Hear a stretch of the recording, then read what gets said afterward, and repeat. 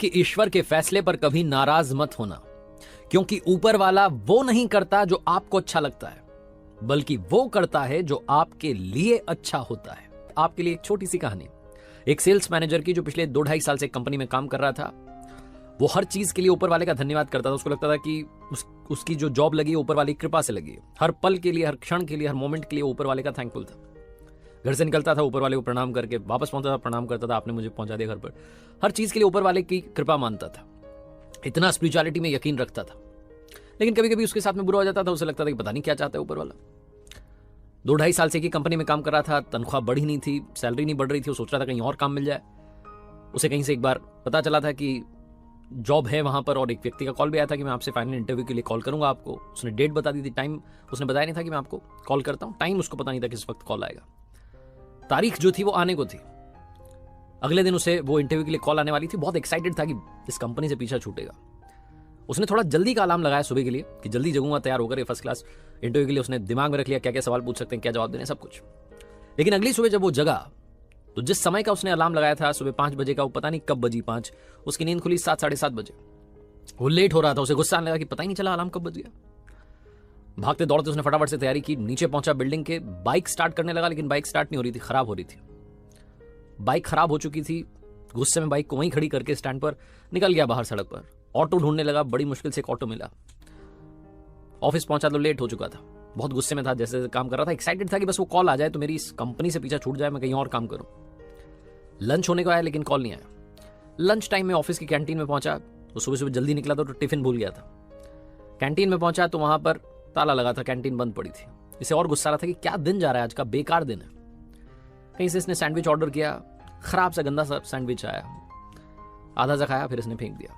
ये सोच रहा था ऊपर वाला क्या कर रहा है, आज तो मुझे ढंग से खाने को भी नहीं मिल रहा है। शाम में तकरीबन 5:30-6 बजे इसके पास में कॉल आई, उसी जॉब के लिए जिसके लिए तलाश कर रहा था, बहुत दिनों से एक्साइटेड था। इंटरव्यूअर जो था वो इससे सवाल पूछने लगा, बात होने लगी। बीच में अचानक से फोन डिस्कनेक्ट हुआ।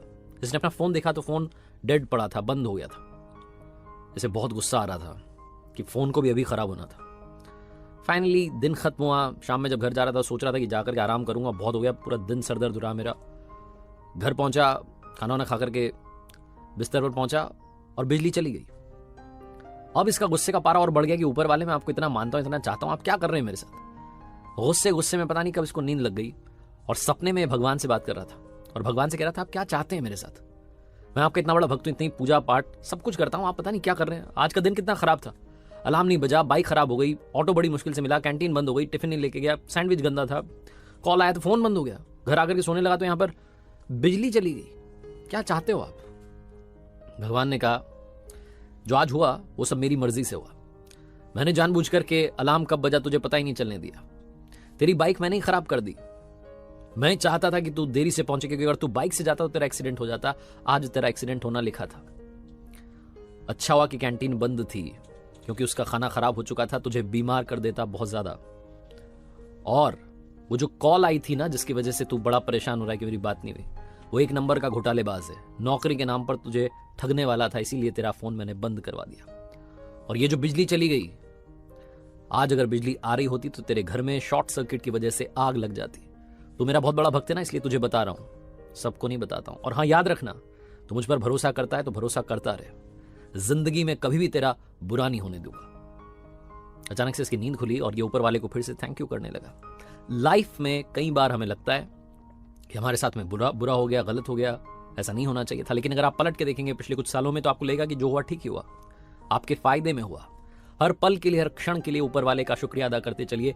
बस यही इस कहानी से कहना चाहता हूं, क्योंकि जैसा मैंने शुरू में कहा, ऊपर वाला वो नहीं करता जो हमें अच्छा लगता है, बल्कि वो करते हैं जो हमारे लिए अच्छा होता है।